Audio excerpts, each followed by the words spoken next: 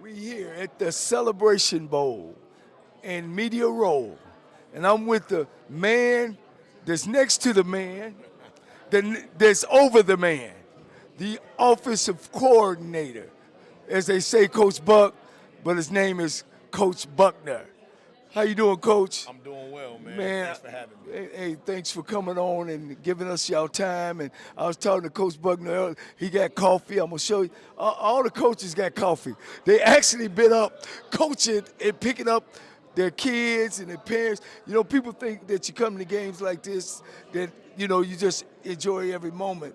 But you said you've been up earlier picking up your family and of course going over some film and that kind of stuff. Man, this whole thing is a great spectacle. I mean, it's awesome, man. I mean, I've been a part of some bowl games in my career, man. This has been the best one so far, the way they've treated us, man. We got a lot of family in town, a lot of support from the university. It's been awesome, and I'm excited to get to this game tomorrow. You know, the thing about this game, the Celebration Bowl, it's about us, it's for us, and all you see is us. That's the greatest part about it. Coach, I tell you, I know everybody go back to that Texas Southern game, how you guys started off slow, and I try to tell the audience, offenses are always behind defenses. How do you feel now where your offense at, and where did you think that you guys actually start putting it together? You know, when we got here in the winter, we had a plan. We were trying to execute it, and we needed to see what we had from a talent standpoint of view.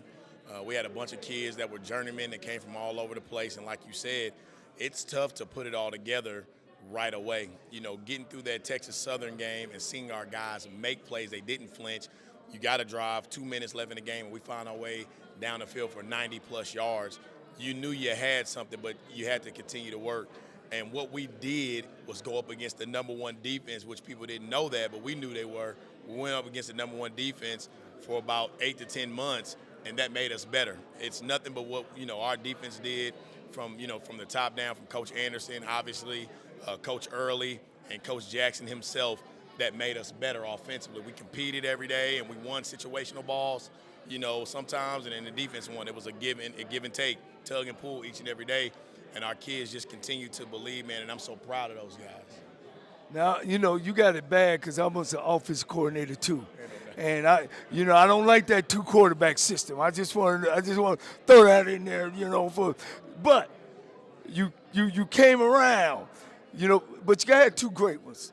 Ain't no question. You had two good quarterbacks, and you coach the quarterbacks as well, right? I think you do a great job of doing that. What made Peters move up into the number one spot? Oh man, he's a gamer. When I first got here, I was unsure. He was never high, never low. You never could get a good read on him. And so we ended up going into the transfer portal, bringing in Tevin Carter, who in his own right is a guy that really works hard, needs an opportunity, and he's going to get an opportunity here, this next year. And so when we went through the first game, we felt like he didn't handle it right after we won, and we went to Tevin after that and got a spark in the UTRGV game. We just didn't close it out. And then we started to sputter a little bit. Tevin hadn't played enough football yet, and so we said, hey, let's just give Cam another chance. This is last year. And he took that opportunity, and for the most part, he's ran away with it, man. And I'm proud of him, a guy that I've known now for about 4 years. I've been knowing Cam Peters since he left and went to UTSA and then went to Kilgore.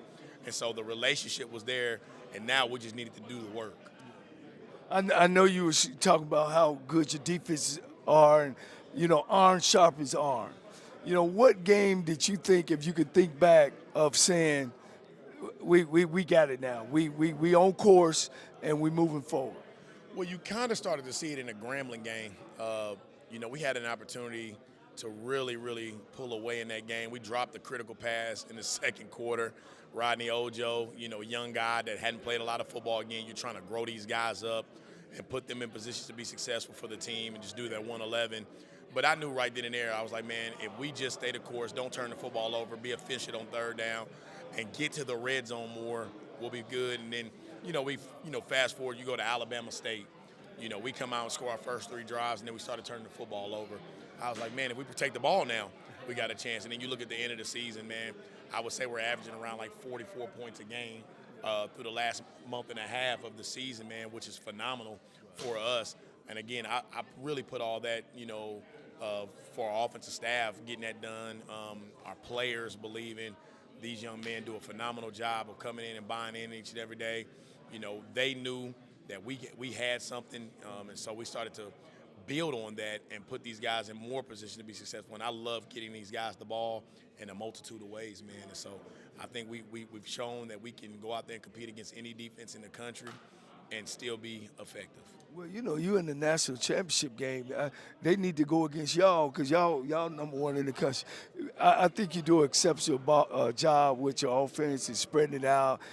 What were some of the things that now that you could talk about Jackson State, not South Carolina State, we're not giving away no secrets, that you felt that you can attack? It looks like, and that's one thing I've watched, how you go about your game plan, that there's certain things that you attack. Is there some things about Jackson State that you've seen in that game that you guys want to attack? Yeah, first and foremost, I want to say, Coach Taylor and Coach Quinn, man, what a phenomenal defense that they had. I mean, the box and even the back end were really, really talented. Man, he's done a really good job for the last 3 years coaching that team, putting them in a position to, be a SWAC champion, be a Celebration Bowl champion, and then win the SWAC East this year as well. The matchup that I saw in that game was the perimeter. I thought our guys on the outside were just as talented as their guys on the perimeter as well. We knew that they were going to be a handful in the box, man. Like, we knew up front that they were stout. They had the Defensive Player of the Year.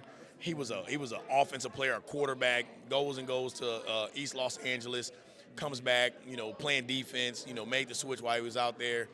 Long, aggressive, physical. I was like, man, we're going to try to establish the run game, but we know at some point we got to throw the box open.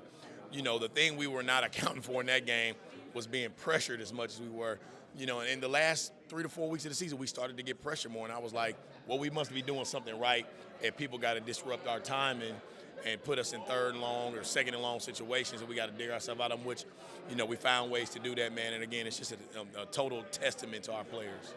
Yeah, now, one of the things that I had the opportunity to talk with Cam, I know it's his family, and he was a little upset about not making second team all conference. I think it should have been a shoe-in for me just personally, but it wasn't. And I know as sometimes coaches, we try to stay away from that stuff because what's important is that we win football games. I'm pretty sure you guys probably had some type of one-on-one about him not making that. But like I told him, Body and Jacoby would trade all that in to be here today. Did you have to get a talk with him and talk about it, share some of that? Yeah, absolutely. We did have a conversation about it. We actually had a conversation about it maybe about 3 or 4 weeks ago, and I was like, man, you're doing some really good stuff, man. An opportunity to finish out your career the right way, man. An opportunity to be a potential second-team all-conference or maybe even a first-team all-conference quarterback. But at the end of the day, I told him accolades are just accolades. They're going to remember you for winning a championship. And he did that. He won a SWAC championship. Now he's got an opportunity to be on a big stage on ABC at 12 noon Eastern Standard Time Zone and go win a Black College National Championship. That's going to ring in people's ears for the rest of his life. He'll have a picture and a banner in the building. He'll be up on the board, in the Panther Room. He'll be able to come back and be an ambassador to the university. He'll be able to come back and talk about what he did and how he grew as a player, man. So I told him this is way more important than being, this is way more important than being, second team all conference, first team all conference, offensive player of the year in the SWAC. Right. Man, you doing big thing, man. Just keep doing your thing, keep your head down. And he's doing that. He's keeping his head down. He's bought in. He's locked in. He wants to win. He wants to be great. And he wants to finish this thing out the right way. Right. Well, look, I've been doing all you guys that's on the outside of our conference. I just swacked you. He swacked now. Thank you, man. Thank I you, appreciate Coach. you. All right, take care. Thank you. Go Panthers. Man, I appreciate you, brother.